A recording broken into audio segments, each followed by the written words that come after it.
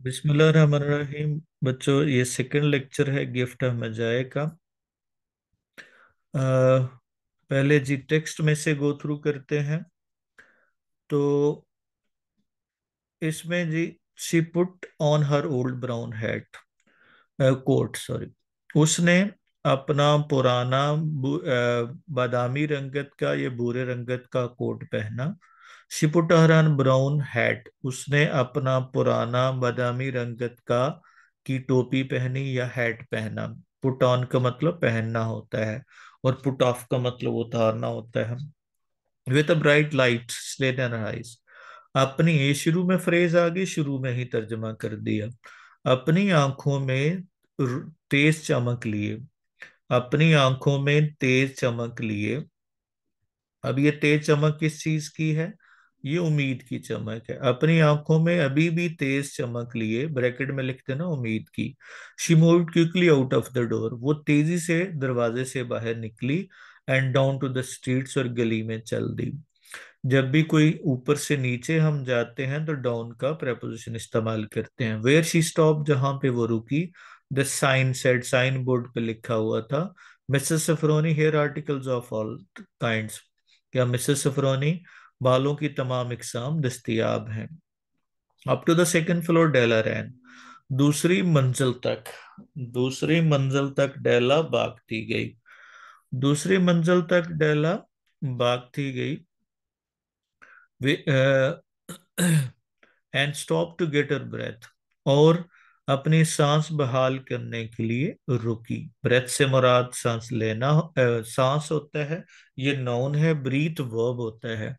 तो अब गेट के साथ आ रहा है तो ये ब्रेथ आ जाएगा।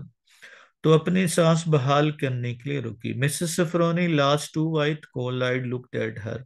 अब ये लार्ज टू वाइट, ये दो सारे एडजेक्टिव्स मिसेस सफरोनी के लिए हैं। तो इनका तर्जमा एडजेक्टिव का किसी भी नाउन से तर्जमा हम हमेशा पहले ही करते हैं। क्या होगा? द लार्ज, मोटी ताजी भी कह सकते हैं, और दराज कद के लिए भी यूज करते हैं। दराज कद, इंतहाई उजली रंगत की। टू वाइट से मुराद होता है कि इतनी वाइट कि वो अनप्लेजेंट लगे। कोल्ड आइट, सर्द मिजाज, ये सर्द आंखों वाली।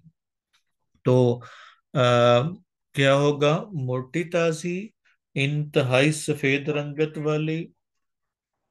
मोटी ताजी और सफेद रंगत वाली मिसेस सफरोनी ने, सॉरी दोबारा देखिएगा।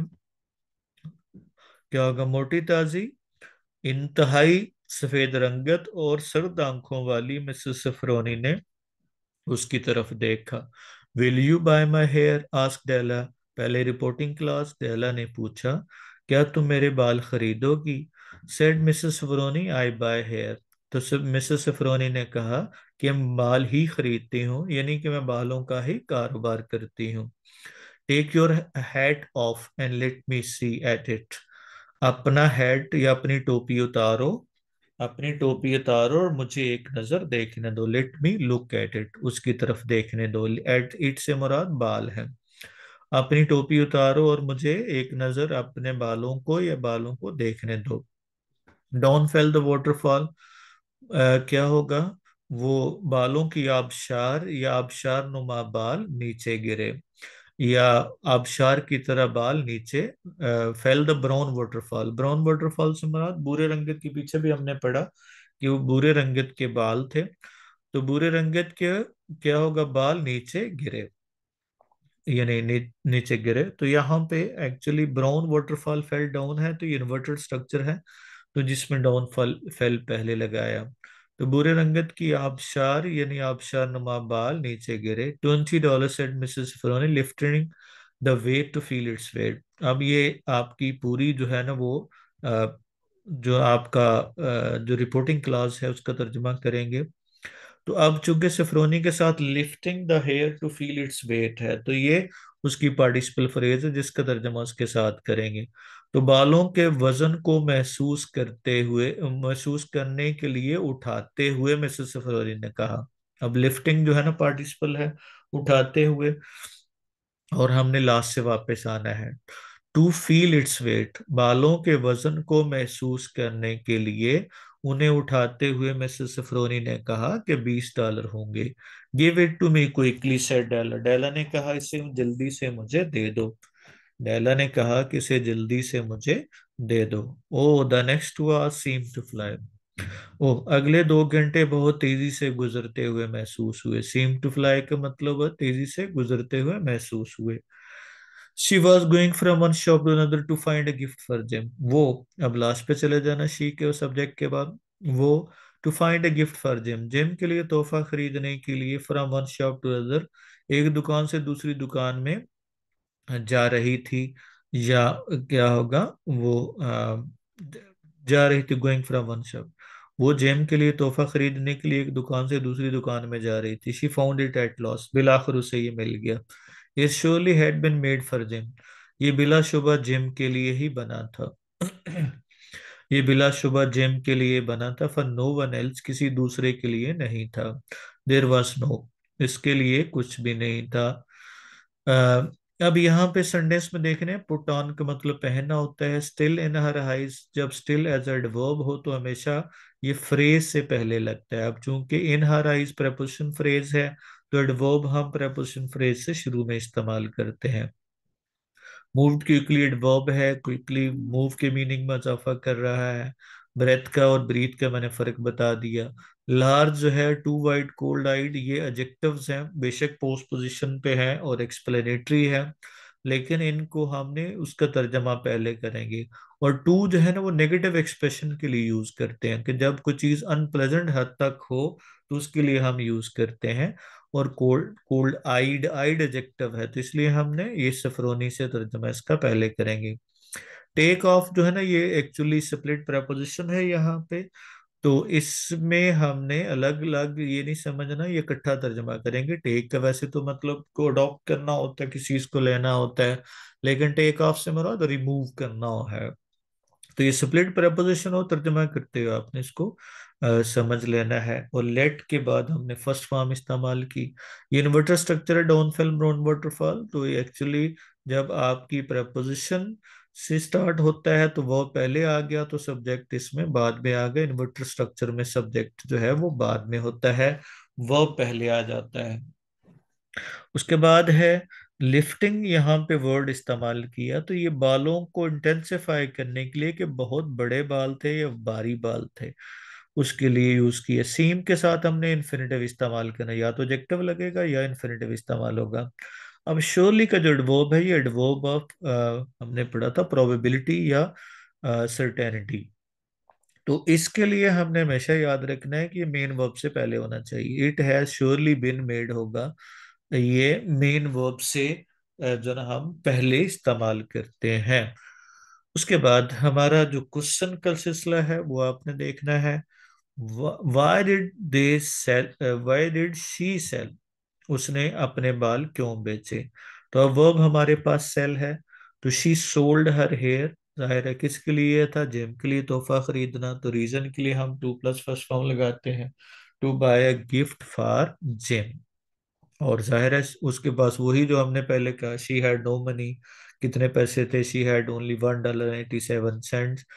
और क्या होगा, she belong to a poor family. उसके बाद है how did Mrs Sofronie look, तो अब जाहिर है यहाँ पे इंफॉर्मेशन आपके सामने, शी वॉज क्या होगा, लार्ज वुमन, और शी वॉज टू वाइट, और शी वॉज कोल्ड आइट। और जाहिर है ऐसे बंदे को क्या कहेंगे जो बिल्कुल बिल्कुल कोल्ड आइड हो, यानी बिल्कुल जरा सा भी ख्याल ना रखने वाला हो, तो शी वॉज वेरी प्रोफेशनल। अब इंस्ट्रक्शंस गेम में तो जाहिर है हैप्पीली हो जाएगा। अब रूड है इन हर बिहेवियर, तो टू ब्लंट हो जाएगा, ये नेगेटिव एक्सप्रेशन को शो कर रहा है। उस तरह she will be working now, और शी हैज टू अकम्प्लिश। अब दो क्लॉजेस के दरमियान, इंडिपेंडेंट क्लॉजेस के दरमियान, वहां पे हम सेमी कोलन लगाते हैं, कॉमा नहीं लगेगा। शी वॉज येट या still, still in the office, yet जो है वो एंड ऑफ टाइम को शो करता है, और still up to that time को शो करता है। और येट मोस्टली नेगेटिव सेंटेंस में इस्तेमाल करते, he has not arrived yet, और ये परफेक्ट का इंडिकेटर भी है। ये तो था। अगली जो है ना वो हम स्लाइड की तरफ मूव करते हैं। There was no other like in any of the shop, किसी भी दुकान में उस जैसी कोई भी चीज नहीं थी। एनी ऑफ द शॉप, ये any one of the shop होना चाहिए, एनी ऑफ द शॉप नहीं होता। एनी के अकेला इस्तेमाल नहीं होता। तो क्या होगा, उस किसी भी दुकानों में से किसी में भी उस जैसी कोई चीज नहीं थी। देर चूंकि जब शुरू में आज ये तर्जमा नहीं करते, ये वहां तर्जमा नहीं करना, इससे ला से चले जाना है। क्योंकि देर का तर्जमा नहीं किया तो ला से वापस आना है। तो दुकानों में से किसी में भी उस जैसी चीज नहीं थी। She had looked in every shop in the city, उसने, अब लास्ट पे चले जाएं, शहर की हर दुकान में देखा था। उसने शहर की हर दुकान में देखा था। It was a gold watch chain very simply made. अब वेरी सिंपली मेड चेन के मीनिंग में इजाफा कर रही है, तो इसका तर्जमा हम चेन से पहले करेंगे। ये क्या होगा, इंतहाई सादगी से बनी हुई। इंतहाई गैर मरस्से भी कहते हैं इसको, जो सादा हो। गैर मरस्से या इंतहाई सादा तरीके से बनी हुई सोने की गड़ी की जंजीर थी, या गड़ी की सोने की जनवत चेन या जंजीर थी। It's value was it's rich and pure material, इसकी कीमत, वैल्यू से मराद प्राइस, इसकी कीमत, अब लास्ट पे चले जाएं, इसके रिच एंड प्योर, उसके महंगा और खालिस सोना होने की वजह से थी। Because it was so plain and simple, क्योंकि चूंकि ये बहुत ज्यादा क्या होगा, सादा और गैर मरस्से थी, यानी इस पे कोई नक्शो निगार नहीं किए हुए थे। इसको हम उर्दू में गैर मरस्से भी कहते हैं। चूंकि ये इंतहाई सादा और गैर मरस्से थी, you knew that it was very valuable, आप जानते हैं कि ये बहुत बेशकीमत थी। तो अब चूंकि जितने भी रिलीजन्स होते हैं, उनमें सभी में जो सिंपलेस्ट स्ट्रक्चर्स होते हैं या सिंपलेस्ट चीजें होती हैं, वही उसकी वो आइडियल फॉर्म में होती हैं।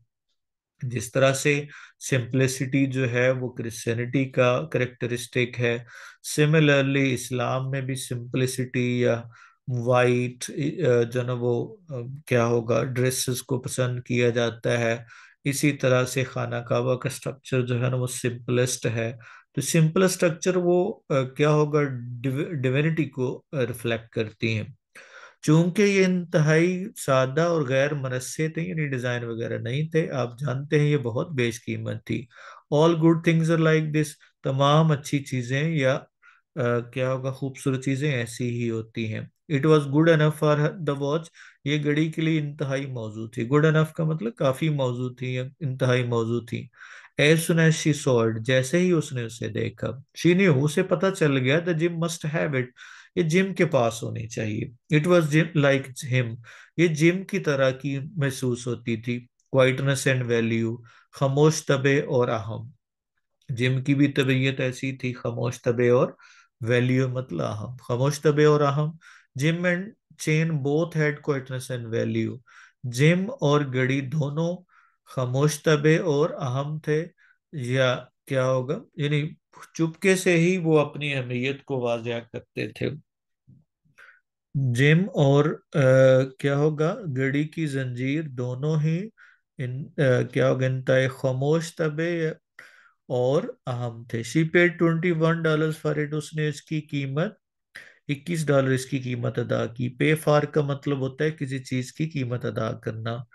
उसने $21 उसका मुआवजा अदा किया। She hurried home with the chain and 87 cents, और वो सब्जेक्ट के बाद लास्ट पे चले जाना है।